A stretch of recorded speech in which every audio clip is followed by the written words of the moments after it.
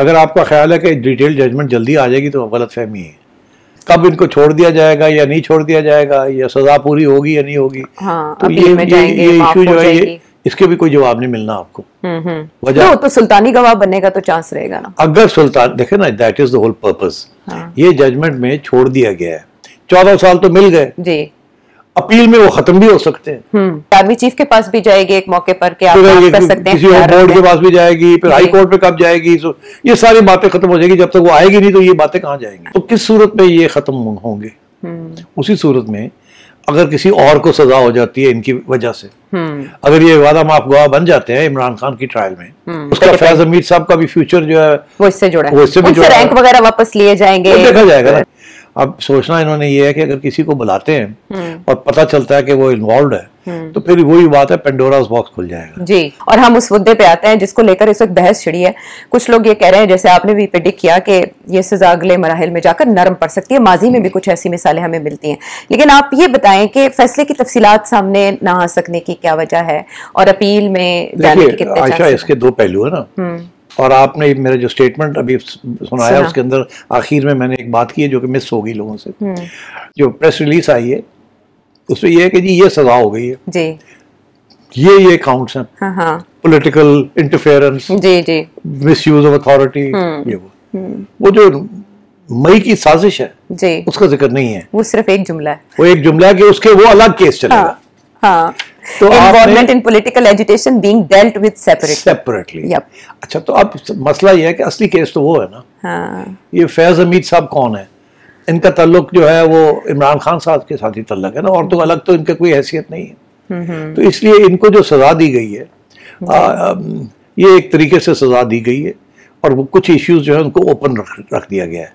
और ये जो इशू मैंने आपको बताया, ये है स्कोर इशू कि खान साहब के साथ क्या ताल्लुक है फैज हमीद का, वो इसमें सजा के अंदर उसका जिक्र ही नहीं है, और ना ही वो डिस्कस किया गया है। वो अलग केस बनेगा, और सवाल ये है कब बनेगा और उसमें कौन गवाही देगा, क्या होगा। लेकिन उसमें फैसल बावडा साहब तो पक्का ये बता रहे हैं कि अब इसके बाद इमरान खान साहब की बारी है, और मुस्लिम लीग नून वाले भी इसी उम्मीद से हैं। तो फिर यही तो मेरा सवाल है कि अगर इसके बाद इमरान खान की बारी है, हाँ, तो इमरान खान के बाद, वो तो जेल में थे जब ये सब कुछ हुआ, 9 मई का जो इंसिडेंट था। हाँ, तो फिर कैसे प्रूव करेंगे कि ही वाज बिहाइंड इट? तो कोई ना कोई विटनेसेस तो लाने पड़ेंगे ना, कोई कि जी मुझे खान ने ये कहा, ये पैगाम दिया, मैंने ये किया, ये हुआ, ये हुआ, तो उससे कौन इन्वॉल्व होगा? तो मेरा अपना ये ख्याल है कि ये जो सजा है 14 साल की, अब आपने पूछ ही लिया, मैं थोड़ी सी प्रेडिक्शन कर देता हूँ। एक तो ये है कि अगर आपका ख्याल है कि डिटेल जजमेंट जल्दी आ जाएगी तो गलत फहमी है। अच्छा, इसकी जो डिटेल जजमेंट है ना, वो नहीं आएगी अभी। अच्छा, वजह क्या बताएं कैसे? 40 दिन के अंदर अंदर कोर्ट ऑफ अपील में जाना, आपको फैसले की कॉपी चाहिए। तो अगर नहीं आता फैसला तो क्या होगा? फैसले की कॉपी नहीं मिलती तो क्या होगा? फिर उनके वकील को रुजू करना पड़ेगा, जाहिर है, दरखास्त तो करते रहे, फिर करते रहे। वो कह रहे हैं मुझे तो अपील की इंस्ट्रक्शंस मिल चुकी है, मैं तो अपील होगी, अगर जजमेंट आएगी तो अपील होगी ना। तो मेरा ख्याल है, देखिए जब जजमेंट आएगी ना तो उसके अंदर फिर बहुत सी चीजें लोग नुक्ते निकालेंगे, नुक्ते निकालेंगे, फिर एक और ड्रामा शुरू हो जाएगा। और सो ये मैं समझता हूँ कि अभी तो कोई तवक्को ना करें कि अभी आपको जल्दी में कोई डिटेल जजमेंट मिल जाएगी। बस यही है कि इसको थोड़ी देर के लिए दबाया जाए, until such time it is necessary। तो एक तो ये मेरा प्रेडिक्शन है। अच्छा, दूसरी बात ये है कि अगर ये ऐसे ही है, हाँ, तो फिर ये सारा सवाल ये है कि अपील होगी, कहाँ होगी, कैसे होगी, वो भी डिबेट चल रही है। बिल्कुल ऐसे ही है कि आर्मी चीफ के पास भी जाएगी एक मौके पर कि आप कर सकते हैं, किसी और बोर्ड के पास भी जाएगी, फिर हाई कोर्ट पे कब जाएगी, तो ये सारी बातें खत्म हो जाएगी। जब तक वो आएगी नहीं तो ये बातें कहाँ जाएंगी? हाँ। तो मेरा ख्याल है ये भी सारे तबसरे जो है ना, ये भी अब गोल हो जाएंगे। लेकिन जो एक बड़ी उम्मीद सियासतदानों को इससे लगी वो ये कि सियासत में मुदाखलत का दरवाजा तो कम से कम बंद हो जाएगा। नहीं, देखिए वो भी बड़ी इंटरेस्टिंग बात है कि अब क्या, क्योंकि बात यह है कि सियासत के अंदर तो मुदाखलत कब से हो रही है, कोई नई बात तो है नहीं। लेकिन ये सजा तो नई बात है ना। हाँ, मगर इसके लिए एविडेंस इकट्ठी की गई है ना, और फैसला किया गया है कि हमने ये करना है, और इसलिए नहीं किया गया। ये मैं आपको बता दूं कि एक एजेंसी जो है वो सियासत में मुदाखलत करती है, उसकी वजह से ये नहीं हुआ। अच्छा, ठीक है। अगर आप ये समझते हैं कि जी इससे सारी सियासी मुदाखलत बंद हो गई है तो you are living in a fool's paradise, ऐसी कोई बात नहीं है। हाइब्रिड रेजिम का तो मतलब ये है कि अब डायरेक्ट इन्वॉल्वमेंट होगी इन पॉलिटिक्स। अच्छा, अब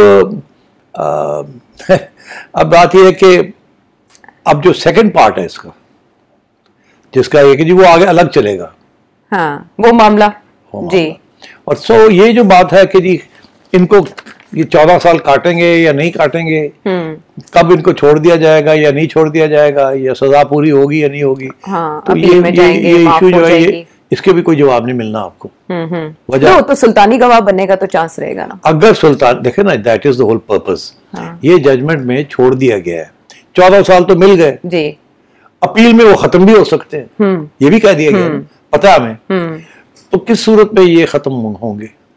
उसी सूरत में अगर किसी और को सजा हो जाती है इनकी वजह से, अगर ये वादा माफ गवाह बन जाते हैं इमरान खान की ट्रायल में, तो फिर इनको माफ कर दिया जाएगा, जैसे मसूद महमूद साहब, जैसे मसूद महमूद साहब भुट्टो के जमाने में जो हुआ था। हाँ। ठीक, तो इसलिए इसको ओपन एंडेड छोड़ दिया गया और ये कह दिया गया कि वो जो दूसरी चीज है वो अभी बाद में देखी जा रही है, वो देखी जा रही है, हाँ, देखी जा रही है। दैट इज व्हाई मैं ये आपसे कह रहा हूँ इसके डिटेल आपको नहीं मिलेंगे, क्योंकि अगर इसके डिटेल आ जाते हैं तो फिर फंस जाते हैं ना, फिर वो शुरू हो जाते हैं कि ये आपने कहा था, ये कहा था। तो जजमेंट जब वक्त आएगा तो लिखी जाएगी, देखा जाएगा क्या होता क्या नहीं होता। ठीक है, so I think this is where we are right now. Focus अब होगा इमरान खान के ऊपर। अच्छा, और उसमें क्या फैज हमीद साहब क्या रोल अदा करते हैं। अब ये उसका फैज हमीद साहब का भी फ्यूचर जो है वो इससे जुड़ा है, उससे रैंक वगैरह वापस लिए जाएंगे, देखा जाएगा ना क्या होता है, किस हद तक तावन होता है, किस हद तक नहीं होता, फिर इमरान खान साहब के साथ क्या होता है क्या नहीं होता, ये है रूट। अच्छा, तो इसमें जब से ये केस चला तो तब से खबरें आ रही थी कि साबिक वज़ीर आज़म को बुलाया गया है और उनसे भी इंटेरोगेट किया गया, इन्वेस्टिगेट किया गया और कुछ जजेस को भी शामिल तफ्तीश किया जाएगा अगेंस्ट।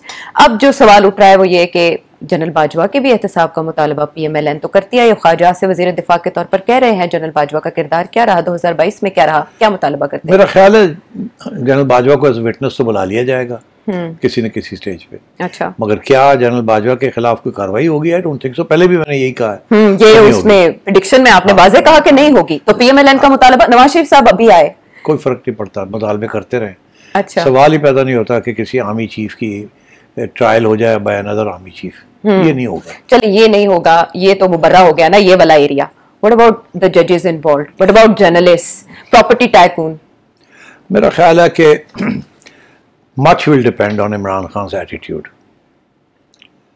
Much will depend कि इमरान खान साहब इस स्टेज पे या कोई डील करते हैं या नहीं डील करते, तो फिर क्या सजा होती है और किस किस को उसके साथ धरना है। तो ये भी बहुत से ओपन एंडेड क्वेश्चंस हैं। अच्छा, मेरा ख्याल है इन चीज़ों का जवाब कोई भी अभी नहीं दे सकता। अलबत्ता ये मैं जरूर कह सकता हूँ कि ये बुलाया जरूर जाएगा बहुत से लोगों को। अच्छा, वो कह रहे हैं ना जी, फैज हमीद साहब के वकील जो है मियां अली इशफाक, वो कहते हैं कितना कहते हैं कि उन्होंने कहा 8,000 सवाल किए गए, जिनमें से 8 के तसल्ली बख्श जवाब प्रोसिक्यूशन की तरफ से नहीं आए। जी, 90 से ज्यादा हियरिंग्स हुए हैं और ये एक साल में ये सब कुछ हुआ है, और एक साल के अंदर ये हुआ है। मैं आपको एक और बात भी बता दूं कि फैज हमीद साहब की गिरफ्तारी तो अगस्त में हुई ना, पिछले साल, और टॉप सिटी केस। मगर उससे पहले आपका क्या ख्याल है, वो चुप करके आराम से घर बैठे हुए थे? क्या हो रहा था? क्या कर रहे थे? नई एस्टेब्लिशमेंट तो बनी ना नए चीफ के बाद जी, और नए ISI आ गए, DJI भी आ गए, सब कुछ हो गया। तो फिर ये 2 साल के बाद जाके ट्रायल क्यों शुरू हुई?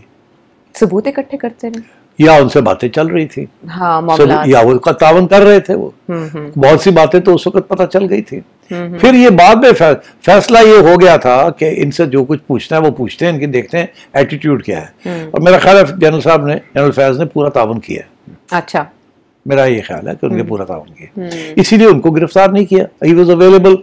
ठीक, फिर जब ये फैसला हुआ कि अब हमने फॉर्मली करना है और बात को आगे बढ़ाना है, तो फिर उनको गिरफ्तार भी कर लिया गया। ठीक, तो I think that's what has happened in this case. मैं समझता हूँ जनरल साहब काफी तावन कर रहे हैं और शायद आगे भी तावन करें। और आपका जो सवाल है कि क्या जजेस को बुलाया जाएगा या नहीं बुलाया जाएगा, मेरा ख्याल है बहुत सी बातें जनरल फैज हमीद ने बता दी होंगी। अब सोचना इन्होंने ये है कि अगर किसी को बुलाते हैं और पता चलता है कि वो इन्वॉल्व है, तो फिर वही बात है, पेंडोरास बॉक्स खुल जाएगा जी। तो मेरा नहीं ख्याल ये पेंडोरास बॉक्स खोलेंगे। पेंडोरास बॉक्स खोलने के साथ बहुत सी कंफ्यूजन और अनसर्टेनिटी पैदा हो जाएगी। So I don't think that will happen. ज्यादा से ज्यादा 1-2 लोग और जिनको ये फाइनली इमरान खान के साथ शायद सजा देने के लिए तैयारी कर रहे हैं, मगर ये कि जी पता नहीं फलाने को भी बुला के अंदर करो, फलाने को भी बुला के, आई don't think that will happen. तो इसका मतलब है कि अभी इसकी ज्यादा तफसीलात नहीं आएंगी सामने कि शामिल तफ्तीश कौन कौन रहा, मिलिट्री के अंदर कौन कौन इनके साथ इन्वॉल्व थे, अभी और कोई दास्तान सामने नहीं आने वाली। तो एक और चीज